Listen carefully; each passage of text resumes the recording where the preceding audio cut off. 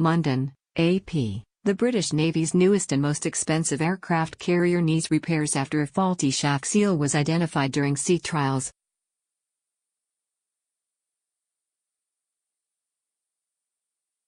Officials say the HMS Queen Elizabeth, which cost roughly £3 billion, $4 billion, to build, will be scheduled for repair at Portsmouth.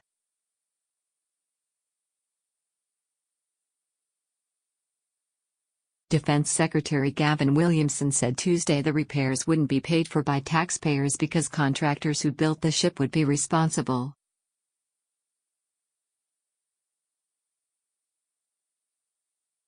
A Royal Navy statement says the problem won't prevent the ship from sailing or interfere with the extensive sea trials program underway.